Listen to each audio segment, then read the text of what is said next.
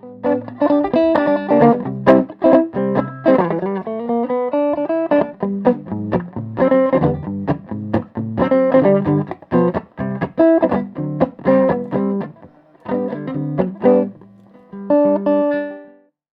thanks to Professor Pinkerton Xyloma for that lovely intro.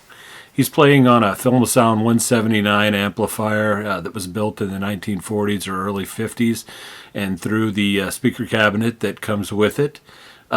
You'll hear more of him playing toward the end of the video, and not me, if you hang around. But please do, and hit the subscribe button while you wait.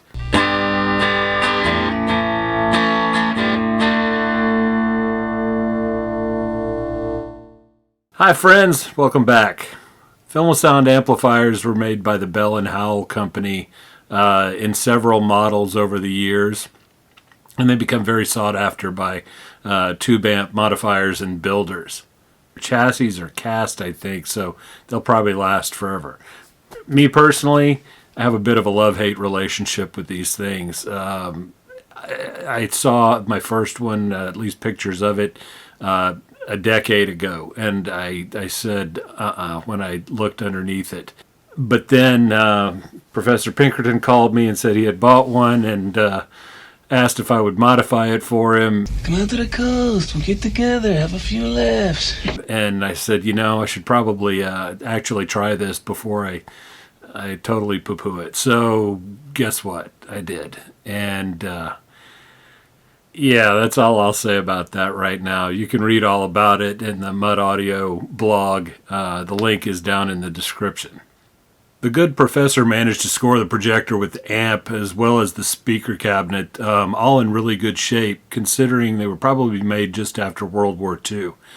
And he said, hey, can you fix this up for guitar use? And I said, yeah, sure, why not? Here's a look at it when it came in. It looks innocent enough, right?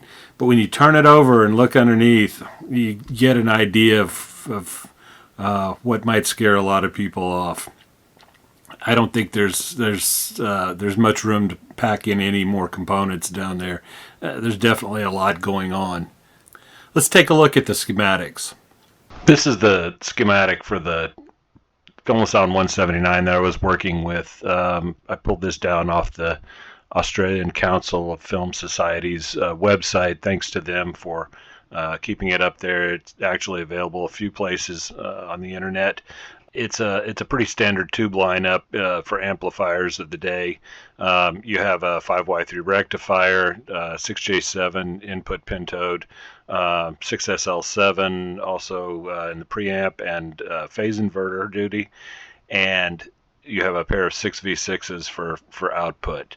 The other thing you have is a 918 tube, which functions with the projector, and also the extra 6V6 that's right here. That is in there, I believe, for voltage regulation. And please tell me if I'm wrong in the comments. So the schematic that I drew up used a lot of the same. We used most of the same tubes. Obviously, we weren't going to use the 918 or the extra 6V6. But there's the 5Y3. Here's the 6J7 and sort of a standard input pentode configuration.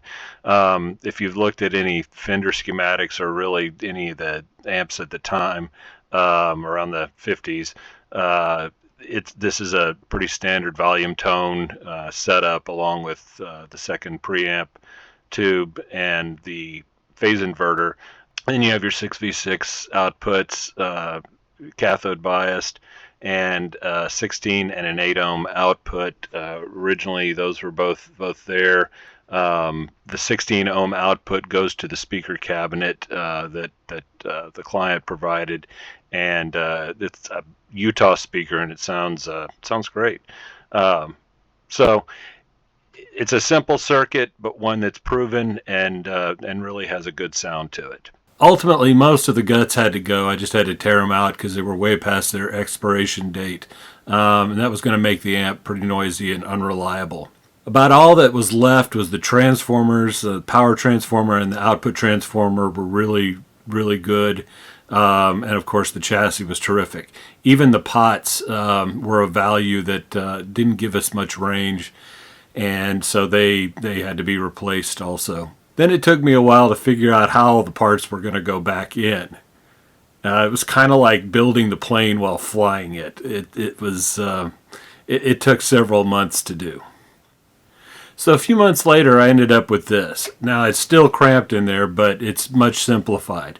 Also, I added a LED indicator on the front to let him know when the power's on, which is really important if you've ever left an amp on because there's no light to tell you that it's on for a few days, then you know what I'm talking about. I also put an extra input jack, and around back I added an IEC connection to bring sort of the electrical up to date, and also put in 1/4-inch jacks for 16 and an 8 ohm output.